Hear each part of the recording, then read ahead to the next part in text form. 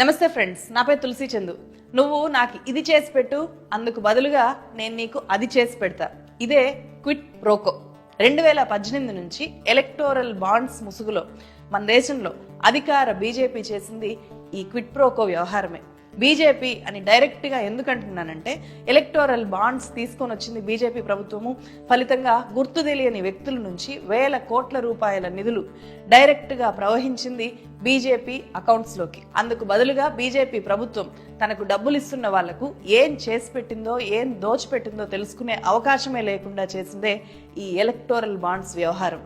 ఈ quid pro quo వ్యవహారానికి supreme court ఇప్పుడు చెక్ పెట్టింది. ఎలక్టోరల్ బాండ్స్ రద్దు చేస్తూ చారిత్రక తీర్పిచ్చింది. The electoral bond scheme are violative of Article 19(1)(a) and unconstitutional. ఈ తీర్పు నరేంద్ర మోదీ ప్రభుత్వానికి, అనేక ప్రాంతీయ పార్టీలకు సుప్రీంకోర్టు ఇచ్చిన ఒక పెద్ద మాస్టర్ స్ట్రోక్. చట్టబద్ధంగా అవినీతికి పాల్పడుతున్న ప్రభుత్వాల్ని సుప్రీంకోర్టు ఫిబ్రవరి 15 నాటి తీర్పు ద్వారా లాగిపెట్టి చంద్రబాబు కొట్టినట్లయింది. రాజ్యాంగ విరుద్ధంగా ఉన్న ఎలక్టోరల్ బాండ్స్ స్కీమును రద్దు చేస్తున్నాము. ఎలక్టోరల్ బాండ్స్ ద్వారా రాజకీయ పార్టీలకు ఎవరెవరు ఫండింగ్ చేశారన్న విషయాల్ని రహస్యంగా ఉంచడము అనేది ఆర్టికల్ 19(1)(a) ప్రకారం సమాచార హక్కు చట్టాన్ని ఉల్లంఘించడమే అని చెప్పి సుప్రీంకోర్టు చెప్పింది. ఈ తీర్పు దేశ ఆర్థిక వ్యవస్థకు, ప్రజాస్వామ్యానికి ఇంతకాలం పడిన పెద్ద గండిని కొంతవరకు పూడ్చే ప్రయత్నం. ఇంతకీ ఏంటి ఎలక్టోరల్ బాండ్స్? ఊరు పేరు చెప్పకుండా రాజకీయ పార్టీలకు ప్రైవేటు వ్యక్తులు ఎంత డబ్బైనా సరే బ్యాంకు ద్వారా విరాళంగా పంపేందుకు చేసుకున్న చట్టబద్ధ ఏర్పాటే ఈ ఎలక్టోరల్ బాండ్స్. ఎలక్టోరల్ బాండ్స్ కొని రాజకీయ పార్టీలకు ఫండింగ్ చేసిన వాళ్ళకి పన్ను మినహాయింపు సౌకర్యం కూడా కల్పించారు దీనిలో. ఫర్ ఎగ్జాంపుల్, ఏ అనే వ్యక్తి ఒక పార్టీకి 20,000 రూపాయలు ఫండ్ ఇవ్వాలి అని అనుకున్నాడు. అప్పుడు ఏ స్టేట్ బ్యాంకుకు వెళ్ళి ఆ పార్టీ పేరు మీద 20,000 పెట్టి ఎలక్టోరల్ బాండ్ కొంటాడు. ఆ పార్టీ పేరు మీద కొంటాడు. బ్యాంకు అతని వివరాలు నమోదు చేసుకుంటుంది. ఇట్లా రాజకీయ పార్టీకి ఫండ్ ఇచ్చిన అతనికి పన్ను మినహాయింపు వర్తింపజేస్తుంది. అతను పంపిన డబ్బును బ్యాంకు ఆ రాజకీయ పార్టీకి ఇస్తుంది. ఇక్కడ రాజకీయ పార్టీకి విరాళం ఇచ్చే వ్యక్తికి మధ్య బ్యాంక్ ఉంటుంది. 20,000 పంపింది ఎవరు అనే సమాచారము బ్యాంకు ఆ రాజకీయ పార్టీకి చెప్పదు. దానికి బదులు తన అకౌంట్ నుంచి, అంటే స్టేట్ బ్యాంక్ అకౌంట్ నుంచి రాజకీయ పార్టీ అకౌంట్ లోకి ఆ 20,000 అన్నౌన్ ఫండ్స్, అంటే గుర్తు తెలియని ఫండ్ గా, ఎలక్టోరల్ బాండ్స్ కింద మీకు గుర్తు తెలియని ఫండ్ ఇంత వచ్చింది అని చెప్పి పంపిస్తుంది. అలా ఆ డబ్బు తీసుకున్న సదరు పార్టీ ఇన్కమ్ ట్యాక్స్ రిటర్న్స్ లో గానీ, ఎన్నికల కమిషన్ కు సబ్మిట్ చేసే ఆడిట్ రిపోర్ట్స్ లో గానీ, నాకు ఈ ఇయర్ గుర్తు తెలియని వ్యక్తుల నుంచి ఇంత విరాళాలు వచ్చాయి అని చెప్పి మాత్రమే చెప్తుంది. అంటే ఆ వ్యక్తి పేరు చెప్పడానికి అవకాశమే ఎక్కడా ఉండదన్నమాట. ఇందులో దేశానికి వచ్చే నష్టం ఏమీ లేదు కదా అని అనిపిస్తుంది ఇట్లా చూస్తే. పైగా ఎవరు ఫండ్ చేస్తున్నారో చెప్పకుండా ఇవ్వడమే మంచిది కదా దేశానికి కూడా అని చెప్పి మనకు అనిపిస్తుంది. దీన్నే ఇంకో ఎగ్జాంపుల్ ద్వారా చెప్తాను వినండి. ఓ పెద్ద బిజినెస్ టైకూన్ ఉన్నాడు. అధికారంలో ఉన్న ఒక రాజకీయ పార్టీ దగ్గరికి వెళ్ళి 500 కోట్లు మీకు పార్టీకి ఫండ్ గా ఇస్తాను, నాకు తక్కువ ధరకే ఎయిర్పోర్ట్ కాంట్రాక్ట్ కావాలి అనో, లేకపోతే స్టీల్ ఫ్యాక్టరీ కావాలి అని చెప్పో బేరం పెడతారు. ఓ 2,000 కోట్ల రూపాయలు విలువ చేసే ఆ ప్రభుత్వ ఆస్తిని 100 కోట్లకో 200 కోట్లకో ప్రభుత్వం అతనికి ఇచ్చేస్తుంది. ఆ తర్వాత ముందే కుదిరిన డీల్ ప్రకారం అతను స్టేట్ బ్యాంక్కి వెళ్ళి ఆ అధికార పార్టీ పేరు మీద 500 కోట్ల రూపాయలకు ఎలక్టోరల్ బాండ్స్ కొంటాడు. బ్యాంకు గుర్తు తెలియని వ్యక్తి నుంచి మీకు 500 కోట్లు వచ్చాయి అని చెప్పి తన ఖాతాలో నుంచి ఆ పార్టీ ఖాతాలోకి ఆ డబ్బు వేసేస్తుంది. రాజకీయ పార్టీలకు ఎవరు ఫండ్ ఇచ్చారు అనేది ఆర్టీఐ అప్లికేషన్ వేసినా కూడా ఎవరో మాకు తెలీదు, గుర్తు తెలియని వ్యక్తుల నుంచి వచ్చాయి అని చెప్పి సింపుల్ గా ఆ పార్టీ చెప్తుంది. అలాగే ఎన్నికల కమిషన్ కూడా అదే చెప్పాల్సి వస్తుంది. ఇప్పుడు చెప్పండి, నిజంగా ఆ అధికార పార్టీకి తన అకౌంట్ లో 500 కోట్లు ఎవరేశారో తెలీదా? ఇది ప్రజల్ని, ప్రభుత్వ వ్యవస్థల్ని డైరెక్ట్ గా ఫూల్స్ చేయడం కాదా? 6 ఏళ్లుగా జరిగింది ఇదే మన దేశంలో. ఎవరైనా సరే, ఒక రైతు నేను భూమి అమ్మాను, ఆ డబ్బు బ్యాంకులో వేయాలి అని చెప్పి వెళ్తే, నిజంగానే భూమి అమ్మితేనే ఈ డబ్బులు వచ్చిందా, నీకు ఇంత డబ్బు ఎక్కడిది, ఆధార్ కార్డు ఉందా, పాన్ కార్డు ఉందా అని చెప్పి 1,00,000 ప్రశ్నలు అడుగుతారు. అలాగే రైతు ఒక రుణం కోసం వెళ్ళినా చాలా ప్రశ్నలు అడుగుతుంది బ్యాంకు. ఫైనల్ గా చాలా మందికి ఇవ్వదు. అదే ఒక వ్యక్తి ఎవరైనా వేల కోట్ల రూపాయల్ని స్టేట్ బ్యాంక్ తీసుకెళ్లి నేను పలానా రాజకీయ పార్టీకి ఎలక్టోరల్ బాండ్స్ రూపంలో ఈ డబ్బు ఇవ్వాలనుకుంటున్నాను అంటే ఒక్క మాట కూడా అడగదు. నీకు ఈ డబ్బు ఎట్లా వచ్చిందని అడగదు, ఎందుకు ఇవ్వాలి అనుకుంటున్నావు అని అసలే అడగదు. కనీసం అతని పేరు కూడా ఎప్పుడు ఎక్కడా బయటికి రానివ్వకుండా అన్ని జాగ్రత్తలు తీసుకొని ఆ రాజకీయ పార్టీకి జాగ్రత్తగా తన అకౌంట్లో ఈ వేల కోట్ల రూపాయల నిధుల్ని బ్యాంకు ట్రాన్స్ఫర్ చేస్తుంది. అందుకు చట్టబద్ధ ఏర్పాటే ఈ ఎలక్టోరల్ బాండ్స్ స్కీమ్. 2017 నుంచి ఇది అమల్లోకి వచ్చింది.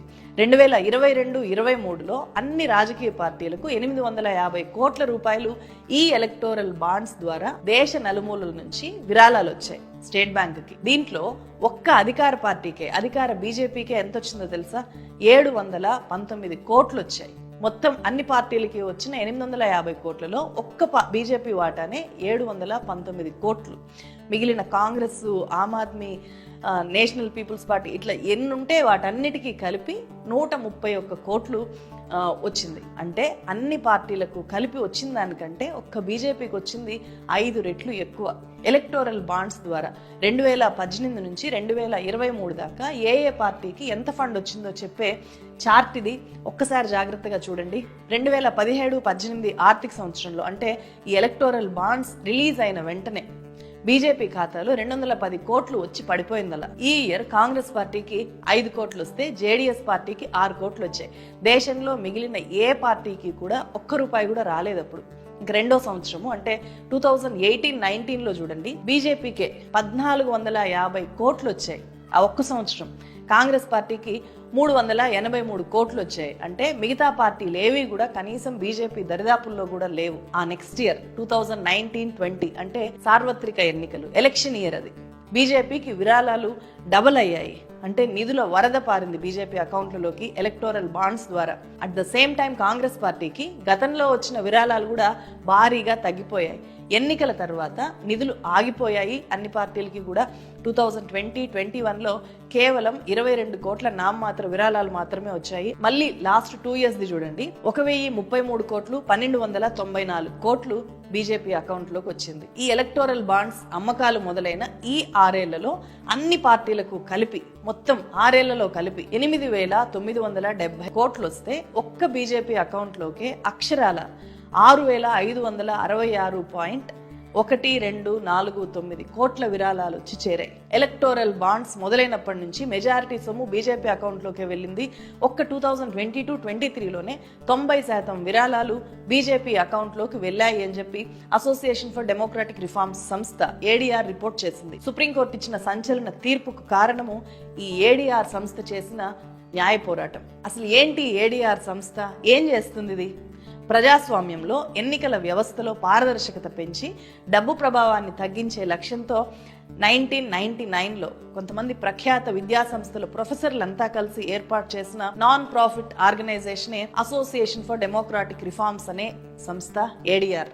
ఒకసారి ఏడీఆర్ వెబ్సైట్ లోకి వెళ్ళి చూడండి, మైండ్ బ్లాక్ అయ్యే పచ్చి నిజాలు దాంట్లో మనకు కనిపిస్తాయి. 20 ఏళ్లుగా చాలా ఎన్నికల సంస్కరణలు తేవడంలో ఈ ఏడీఆర్ కీ రోల్ పోషించింది. కేంద్ర ఎన్నికల commission, controller and auditor general recommendations, అవి ఇచ్చే రిపోర్ట్స్, ఆ డేటా ఆధారంగా పొలిటికల్ పార్టీలకు వచ్చే విరాళాలను విశ్లేషించి నివేదికను ప్రజల ముందు పెడుతుంది ఈ సంస్థ. అలాగే ఎన్నికలకు ముందు ఒక్కో లీడర్ మీద ఎన్ని క్రిమినల్ కేసులు ఉన్నాయి, అతని ఆస్తులు ఎలా పెరుగుతూ వచ్చాయి, ఇలాంటి కీలక వివరాలతో ఎప్పటికప్పుడు రిపోర్ట్స్ ని ఏడీఆర్ రిలీజ్ చేస్తుంది. వాటి ఆధారంగానే మన దేశంలో ప్రఖ్యాత పత్రికలన్నీ కూడా ఎలక్షన్ స్టోరీస్ రాస్తాయి. అందుకే ఈ మొత్తం కేసులో ఏడీఆర్ ఒక హీరో. ఎలక్టోరల్ బాండ్స్ అప్రజాస్వామికము అని 2017లోనే సుప్రీంకోర్టులో ఏడీఆర్ కేసు ఫైల్ చేసింది. అలాగే ఈ సంస్థతో పాటు సిపిఐఎం, కాంగ్రెస్ లీడర్ జయా ఠాకూర్ వేరువేరుగా పిటిషన్లు వేశారు. ఫలితంగానే ఈ ఎలక్టోరల్ బాండ్స్ ని సుప్రీంకోర్టు ఇప్పుడు రాజ్యాంగ విరుద్ధము అని చెప్పి రద్దు చేసింది. అంతేకాదు 2019 ఏప్రిల్ 12 నుంచి ఇప్పటిదాకా ప్రైవేటు వ్యక్తులు కొన్న ఎలక్టోరల్ బాండ్స్ సమాచారాన్ని 3 వారాల్లోగా ఎన్నికల కమిషన్ కు స్టేట్ బ్యాంక్ ఆఫ్ ఇండియా ఇవ్వాలి అని చెప్పి సుప్రీంకోర్టు ఆదేశించింది.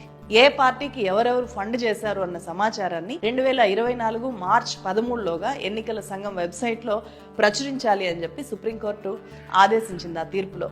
అంటే మనకు త్వరలోనే ఏ ప్రయోజనాల కోసం ఏ కార్పొరేట్ కంపెనీ ఏ పార్టీకి ఎంత ఫండ్ చేసిందో ఆ పేర్లతో సహా ఎలక్షన్ కమిషన్ వెబ్సైట్ లో అందుబాటులోకి రానున్నాయి.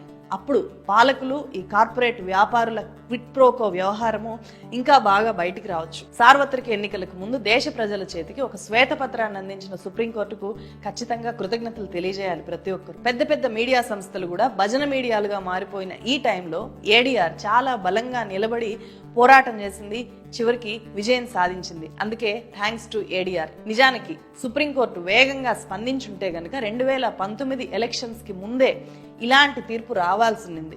లేట్ అవడం వల్ల 2019 సార్వత్రిక ఎన్నికల సందర్భంగా రికార్డు స్థాయిలో ఎలక్టోరల్ బాండ్స్ ద్వారా బీజేపీకి ఇతర పార్టీలకు నిధులు వచ్చాయి. దీంతో 2019 ఎన్నికలు అనేవి ప్రపంచంలోనే అత్యంత ఖరీదైన ఎన్నికలుగా రికార్డు క్రియేట్ చేశాయి.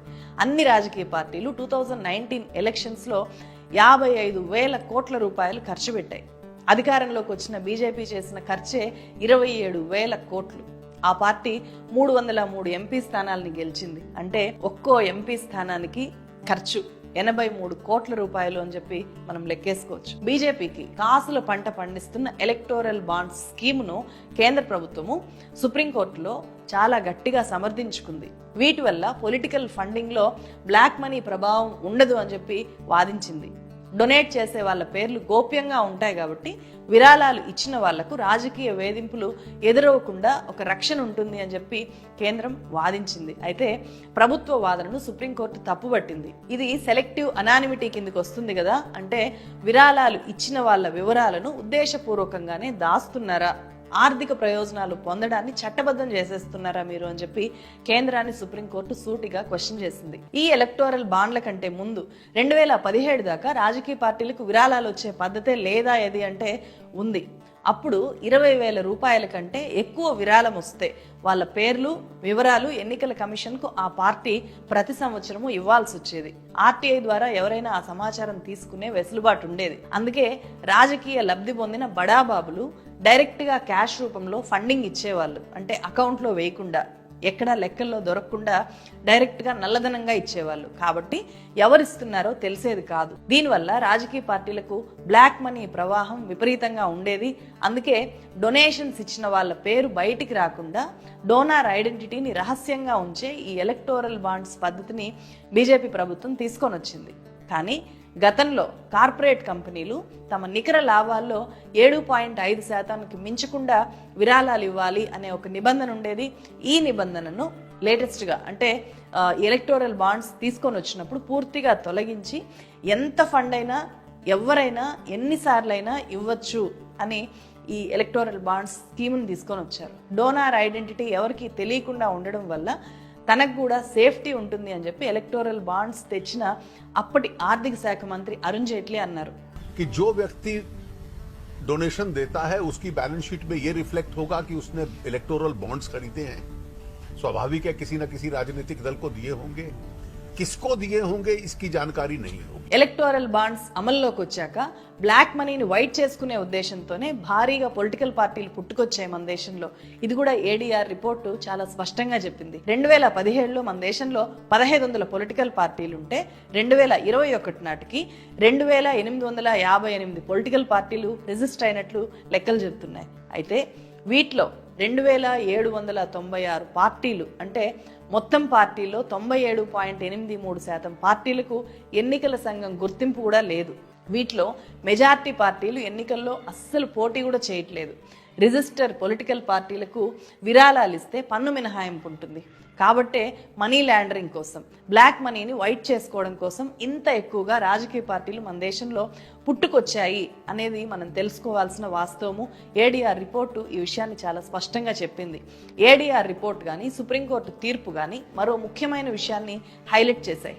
అధికార పార్టీ తలుచుకుంటే తన పార్టీకే కాదు ప్రతిపక్ష పార్టీలకి ఎలక్టోరల్ బాండ్స్ ద్వారా ఎవరెవరు ఫండ్ చేస్తున్నారు అనే సమాచారాన్ని ఈజీగా తెలుసుకోవచ్చు.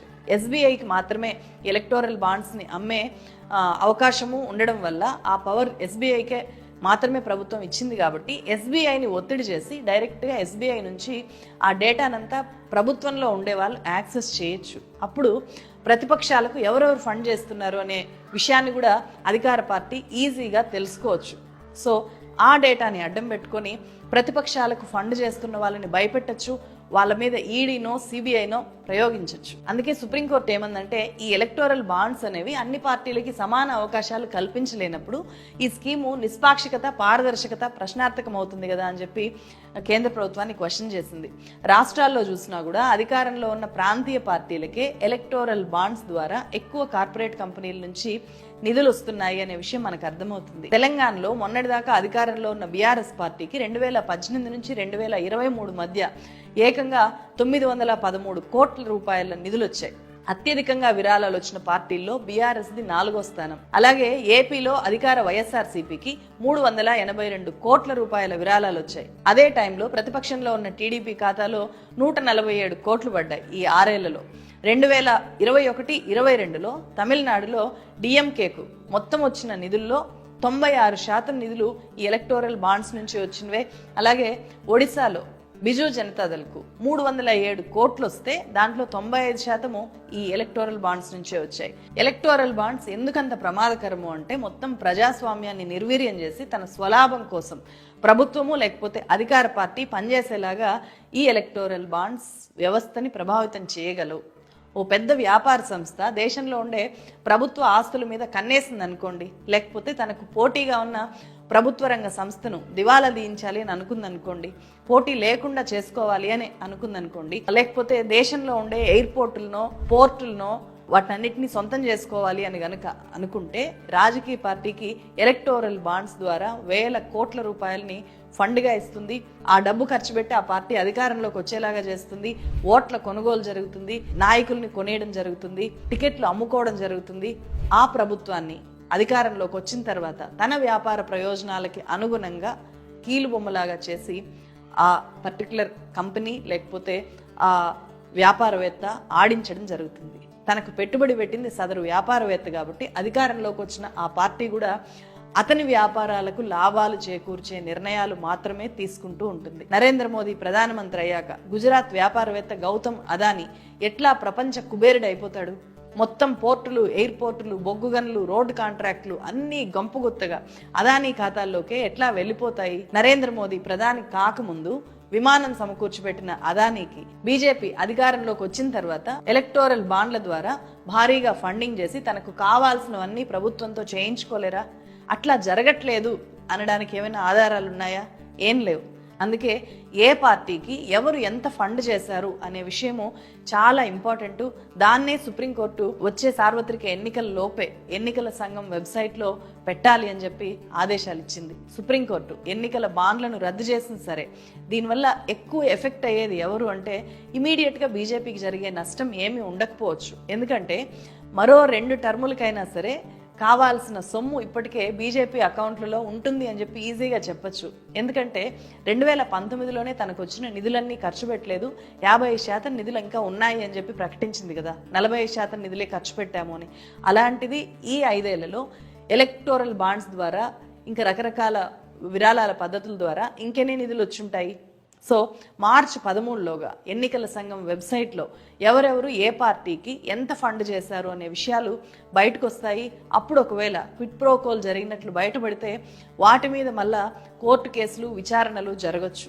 రాజకీయ పార్టీల దగ్గర వేల కోట్ల రూపాయల నిధులు లేకపోతే ఎన్నికల ప్రక్రియలో జరిగే చాలా అక్రమాలు తగ్గిపోతాయి.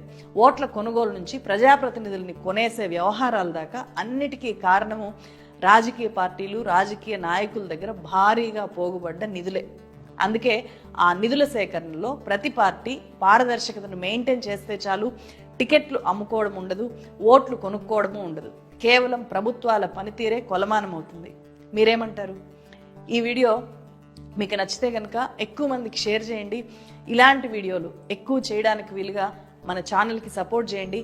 జాయిన్ బటన్ మీద క్లిక్ చేసి మన ఛానల్లో సభ్యులుగా చేరండి. మరో వీడియోతో మళ్ళీ కలుస్తాను. Thank you so much.